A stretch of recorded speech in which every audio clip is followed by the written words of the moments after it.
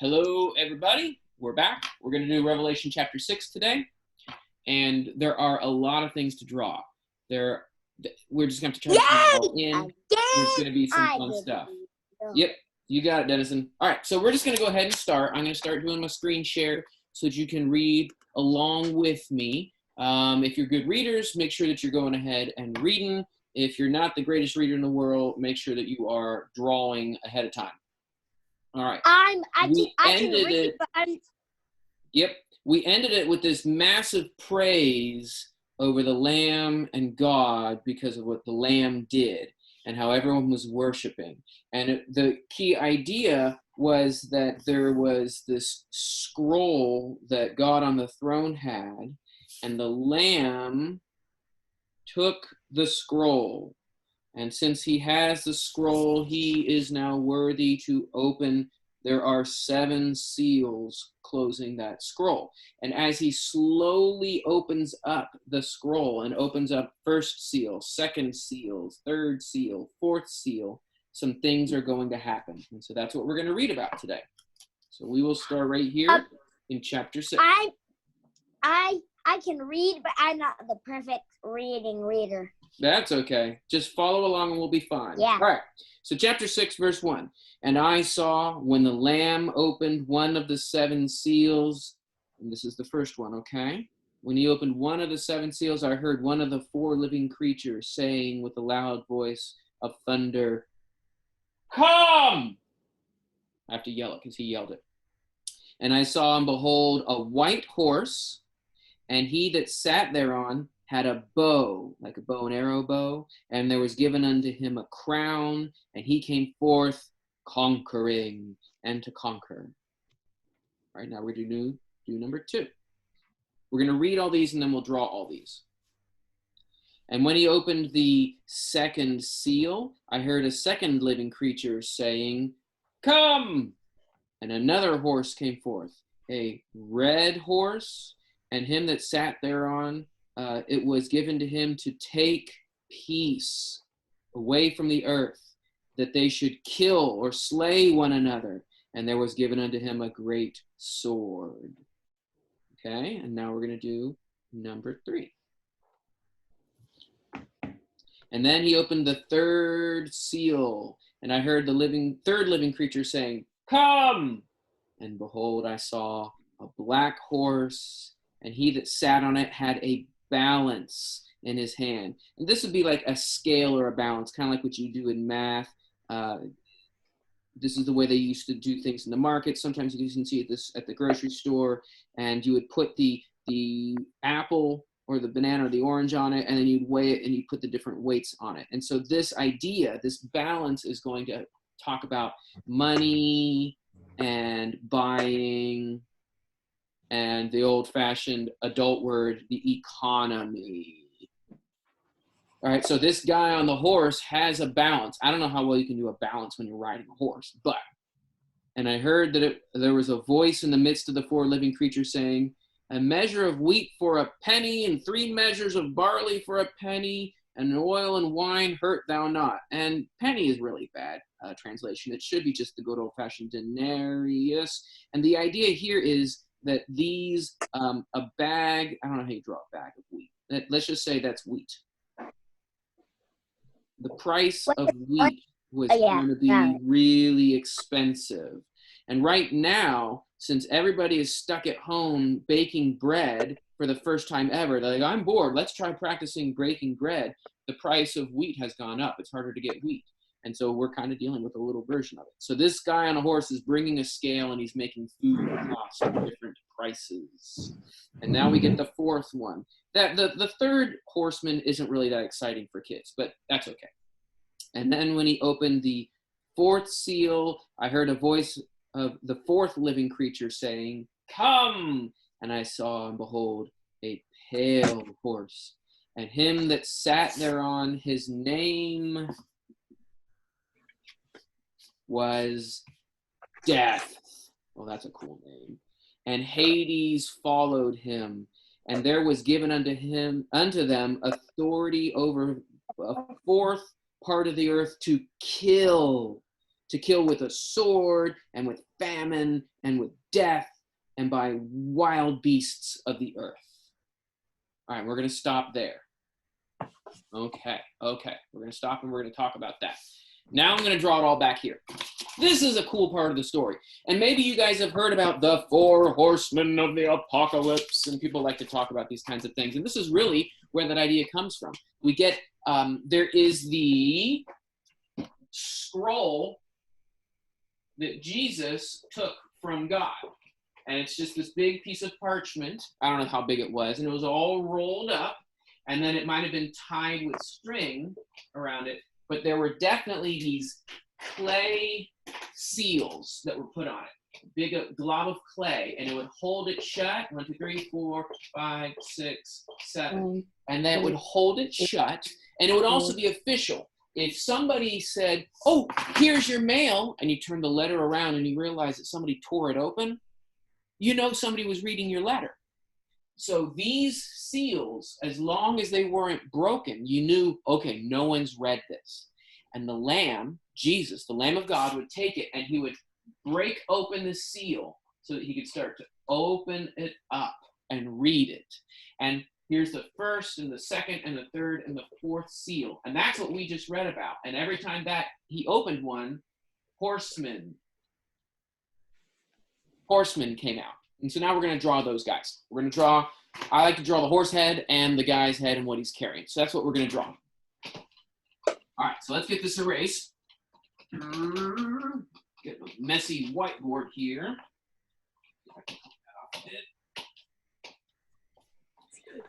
All right, and I don't know if you remember everything that we read, but I'll go ahead and ask you and see.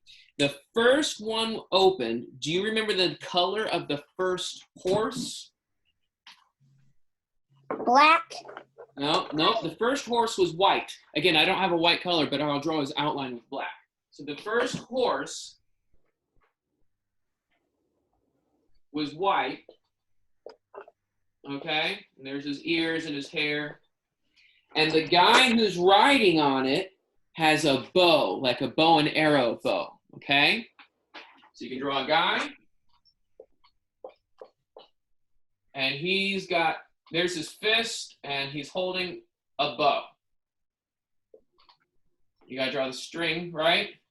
And since it looks like he's holding a canoe, because I'm not very good at drawing this guy right now, I'm gonna draw his other hand, and he has arrows. And when you draw the arrows, everyone goes, oh, that guy has a bow and arrow.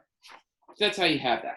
So here's the white horse, and the horseman has a bow, and he also is wearing a crown. I don't know if I'm going to fit the crown. Okay, it just kind of looks like he has orange hair, but he's wearing a crown, and he's conquering. So that's number 1. Number 2, when he opens up the second seal, do you remember the color of the horse that comes out? No. It was a red horse. A red horse. So we're going to draw the same thing, only as a red one this time. I'll draw them a little bit. Well, I don't know if I'm going to have enough room for all these guys. Okay, so there's your red horse. The man that's riding him, it doesn't say he's red, so I'm going to draw him in black again. All right, and so the guy who's riding him is carrying a big sword because he is going to take away peace, and there's going to be lots of fighting. So you draw a man, and I'm going to draw him with little angry eyes because he's got a sword. There's his sword. It looks like he's cutting the horse, but he's not cutting the horse, okay? He's riding the horse. And there's his sharp sword that he has. Maybe I'll put some blue, like it's blue steel. Ching. So he has this sharp sword, and he's making it so that there's a lot of fighting going on, okay? And then the third horse. Do you remember the color of the third horse? Black. The third horse is the black horse, which is kind of hard to do on a whiteboard. So here's your horse, and then I gotta figure out how to color him in. Whiteboards are not very easy for coloring in. All right, so I'm trying to make them all black, but then it's hard to see him now. So we gotta draw the mouth, And there's the nose. All right, so that's the horse. And this is the guy who's carrying the scale. So we're going to draw. I'm running out of room for these guys. We'll draw him. He's leaning way back. And in his hand, there's his fist. And he's the one who's holding the scale. I don't know how you can measure things when you're riding on horseback, but you can draw the weights or the fruits or the whatever it is he's weighing. His hair is going in the wind, and he's really doing a job. And so that's basically he's changing the way money happens. So I'll just put the dollar sign there. And this guy is making there to be how do I not get in the way? No peace. And this guy is conquering. Not that you can't even read what I'm writing, but that's okay. So these guys are just changing up the whole world, and then the fourth one comes. The fourth one is a lot of fun to draw. What's the fourth man's name called? The guy who's riding the horse. Death. Death. And he's riding a pale horse. And so you draw this horse.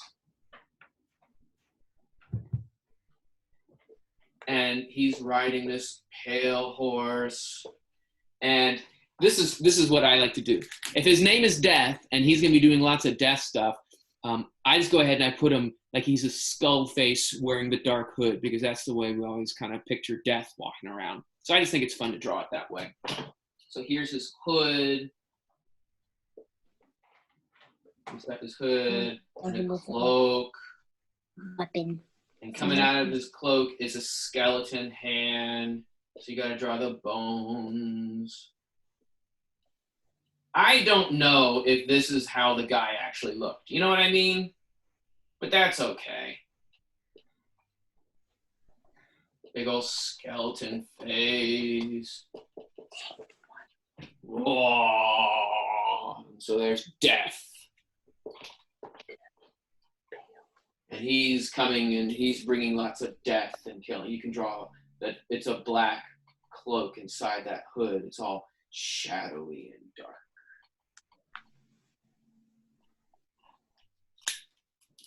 Now it's even hard to see them. There we go. So that's the 4 horsemen. This is scary stuff. Jesus, who is this lamb who conquers by his blood, he's willing to die for us, and we're praising God. Thank you, because the lamb is so wonderful. And there's this message from God. There's this scroll from God. I guess I have room to put it on the bottom. I thought I was going to run out of room on the board. So here's the scroll from God.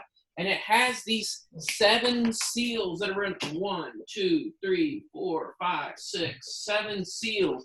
And the lamb is worthy to take the scroll, and he is allowed to open the seals. And he opens the first, second, third, and fourth seal. And what comes out of them? Terrible. I'm going to write terror. Terrible things come out. This is scary. This is terrible. I don't like this. I like to draw it. I think it's exciting and fun. But this is the book of Revelation. John is getting a message from God that scary, tough things are going to happen. Now think, these things happen in the world today. Are there people that are going around fighting and conquering nations? It still happens. Yes. What about people who take away peace? Have you seen where people fight and argue, not just in countries, but even in families or in cities? That happens. Or what about the economy and money, and nobody has enough money to buy the food, and there's a bit of a famine, and the wheat or the bread is out of control? That's bad. And then there's good old-fashioned death. He kills with sword and with famine and pestilence and wild beasts, and people get... This is the world we live in. It's not always this bad, but these are real things. This is the real stuff that does happen in the world. And Jesus is saying, here it comes, here it comes, here it comes. So this is scary.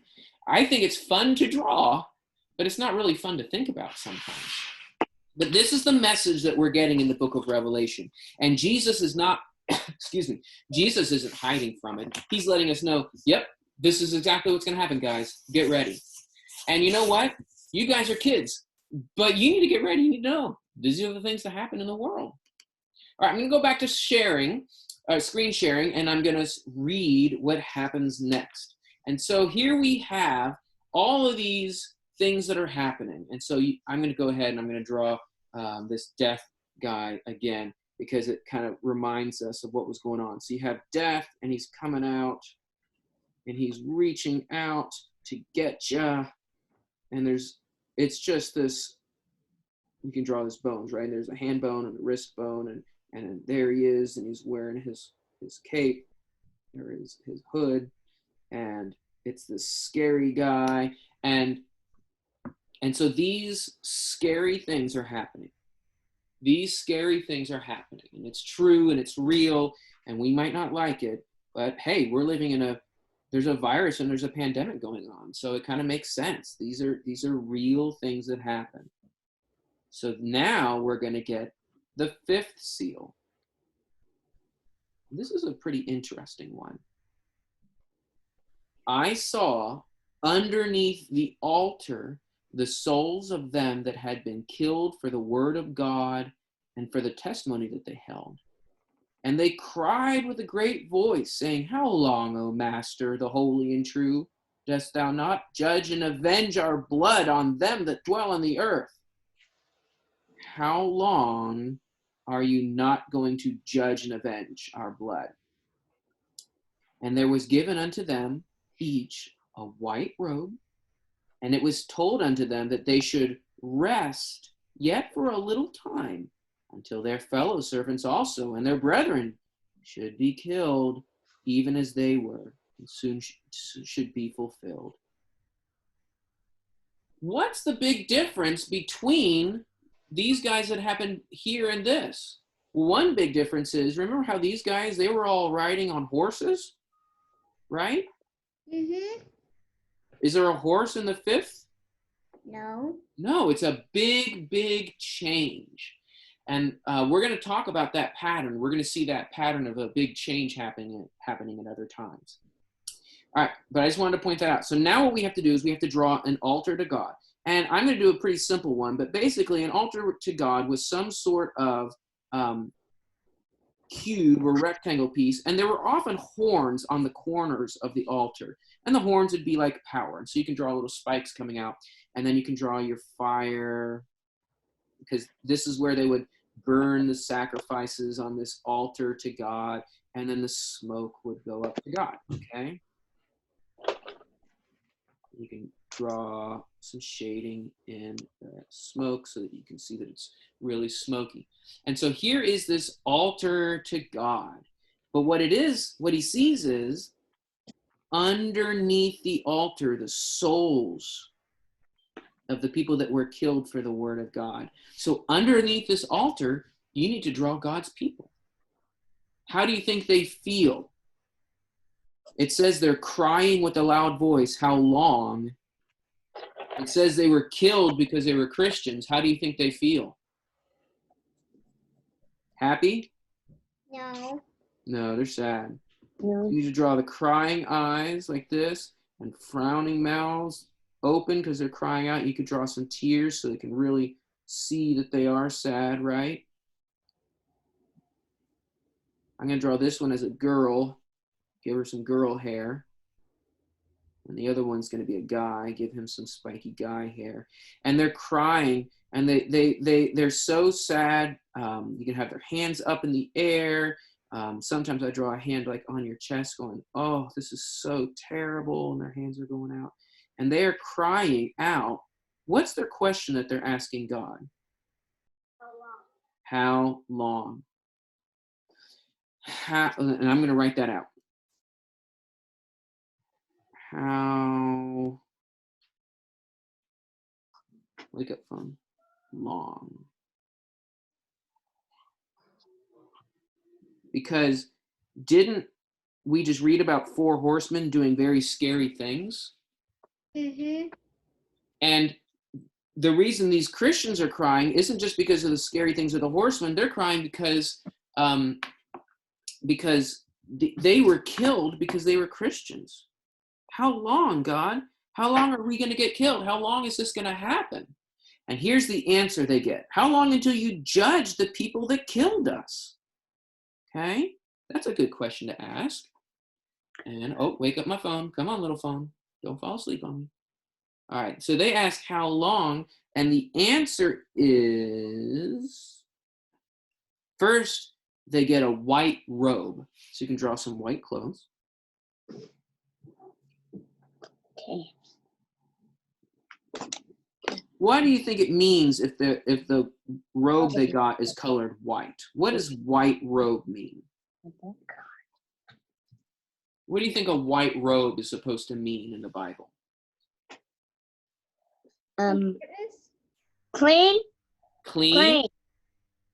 Somebody else said something. What else? Holy. Yeah, holy and clean. That these are the good people. I think that that's the idea.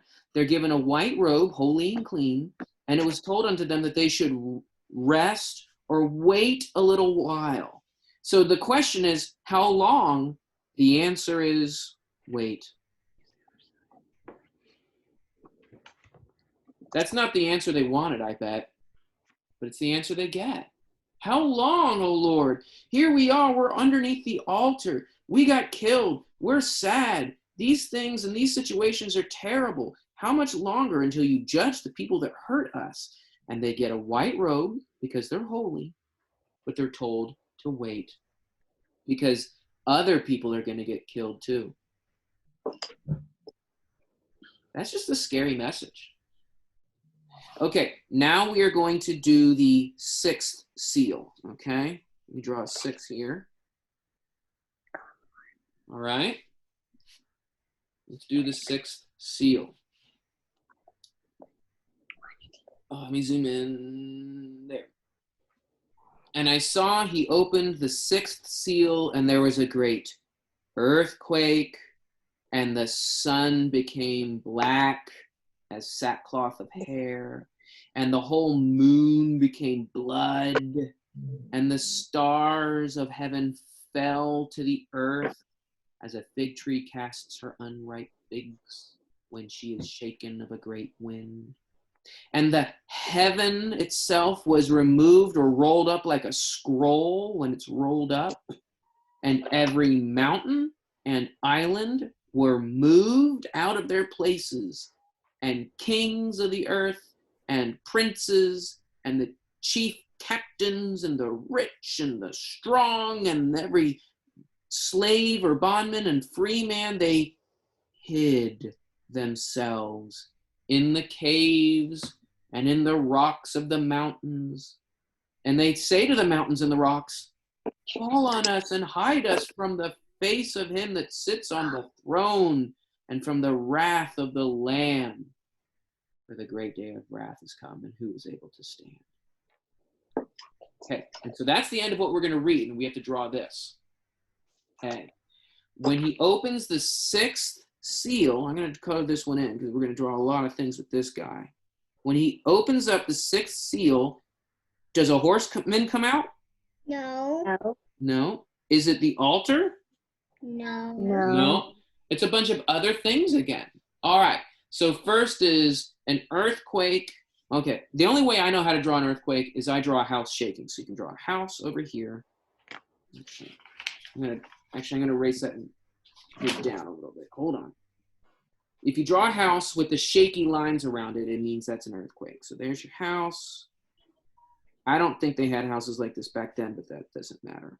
Right? There's your chimney. And then you draw shaky lines. Oh no, earthquake. If you want, you can draw a tree too. And then you draw the branches and the leaves. And then you go, oh no, earthquake, shaky lines. It's really easy to draw that. Those little, it's funny how just drawing those little lines makes it shaky. All right, then the sun became black. So draw the sun just like you would, but then you got to draw the sun black. All you got to do is color it in, and all of a sudden you go, oh, that's scary looking. Isn't that scary? That's weird. All right. And then the whole moon became as blood. And that's probably a full moon, but I'm going to draw it like a crescent moon just because it's going to look the same shape as the sun. And so I'm going to draw the wrong shape just so that we can have, we can know it's the moon. I don't have a red colored pencil, but I do have the kind of like an orange one. So I'm just going to do that. That's good enough. So there's the moon. It became like blood. And then there's stars in heaven, right? You can draw stars in heaven. And what do? They fell. I don't know if they make a bang, but I'm going to draw like a bang. Stars are fallen. I don't think that would be a happy day. And then the heaven was removed, or like a scroll when it's rolled up. So you could draw all the sky is like this big scroll.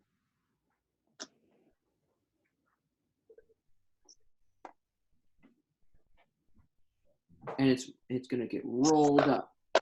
I don't know exactly what that would look like, but I guess when John was looking at the sky went away. Can you imagine the sky going away? You can draw the shaky lines because it's about to get rolled up. All right, so the ground is shaking, the sun turns black, the moon is blood, the stars are falling, and the sky goes away. What does it sound like is happening to the world? Bad stuff. Bad stuff. It sounds like the world's ending. It's what it sounds like. I don't know if that is what's happening, but it's what it sounds like, right? Terrible. All right. And then all the mountains, you can draw these lines, and if you drew the thing on the top, it looks like snow. And all the islands, I'm going to draw desert island, palm trees stuff, right? It says that all the mountains moved out of their places. So they move, and that moves, and this moves. Does that sound like a comfortable thing? What if you're in the way of the mountain when it's moving at you? What if you're on the island when the island moves? This sounds scary. And then listen to all these people. Kings, princes, captains, rich, strong, slave, and free. All people, whether they're a king, whether they're a captain. I don't know how to draw a captain. Maybe like a Captain Crunch hat. I don't know. Princes, slave people, free people. Basically, it's saying all people, right? They're all scared. Oops, it froze. They're all scared. So you can draw scared eyes. That's how you draw scared eyes. I don't know if you guys know that. If you draw the little eyeballs and then you draw a line going down away from it, it shows that they're scared. And then you can draw frowny faces because they're upset. And the whole world, you can even draw tears if you want, because that can sometimes help it looking. The whole world is scared and afraid. That's not how you spell afraid. Come on, wake up, Mr. Dan. They're afraid of the one who sits on the throne. Who sits on the throne in this story? God. And who is the Lamb? Jesus. So Jesus, the first thing he does is he opens up the scroll, and these 4 horsemen come out, and it's scary, and it's rough, and it's hard. And then the Christians who are hurt and are underneath the altar, they go, "Oh God, how long?"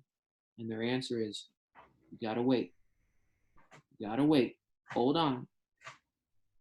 And then the next one is, it's like the earth is destroyed. It's terrible. It's scary. It's awful. Everything is ending and falling apart and terrible. And even all the rich, powerful kings and princes and rulers are scared and afraid. It's like they finally learned the lesson that God on the throne and Jesus the Lamb are the ones they need to listen to. And that's where we'll stop for today. So that's where we're going to stop for today. It's not, does it feel like we're right in the middle of a story? Yeah. Yeah. Well, here is something that we saw. We saw the first, second, third, and fourth seals, right? And they were about what things? How would you describe them? The first four were about? The horsemen. Mm-hmm. And they're very similar, aren't they? 4 horsemen.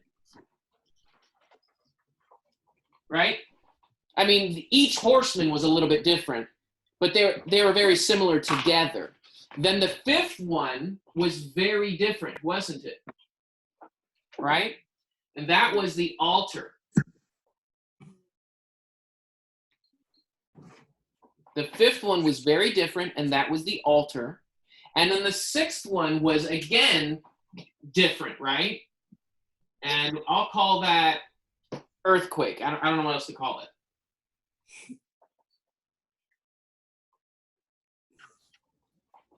But did we do number 7? No. No. Here's a pattern that we're going to see in the Bible a lot. Let me get my color. Here we go. We are going to see 1, 2, 3, 4, very similar. Then it's going to change to number 5 and 6. When it changes to number 5 and changes to number 6, it's a little bit different. And then there's a break before you get to number 7. Okay? And so when we open up these seals, we see this pattern. 4 very similar, scary things. And then number 5, that was the Christians and the saints who are under the altar. And they say, God, how long? God gives them the cloak and says, wait a little longer. And then he unleashes the earthquake stuff, right? Mm-hmm. And now we have to wait and see what's going to happen for number 7. All right, so any questions? I have a question. Yep. Why did the 5 and 6 have different than the horsemen? That's just the way the story of Revelation is told. You're going to see when we do 7 trumpets that 5 and 6 will be different than 1, 2, 3, 4. So it's just the way that this storyteller, or who's God, it's the way that God is telling the story. Good question, though. Any other questions? Why